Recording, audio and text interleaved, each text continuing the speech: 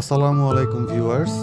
আজকে আমি এসেছি নারায়ণগঞ্জের খুব সুন্দর একটি জায়গায়, ফুলের রাজ্য সাবদি গ্রামে। জায়গাটি আমার কাছে বেশ অন্যরকম ভালো লেগেছে। এক পাশে সবুজে আচ্ছাদিত গ্রামীণ ভূমি, অন্য পাশে বয়ে চলা ব্রহ্মপুত্র নদ। এখানে এসে মনেই হয় না শহরের কাছাকাছি এত সুন্দর একটি জায়গা আছে। যদি কখনো একটু খোলা আকাশ, নদীর বাতাস আর শান্ত একটা বিকেল কাটাতে চান, তাহলে সাবদি থেকে ঘুরে আসতে পারেন। আর সাথে যদি থাকে ফুচকা আর মালাই চা, তাহলে তো কোনো কথাই নেই। জায়গাটি আপনার কেমন লাগলো জানাতে ভুলবেন না।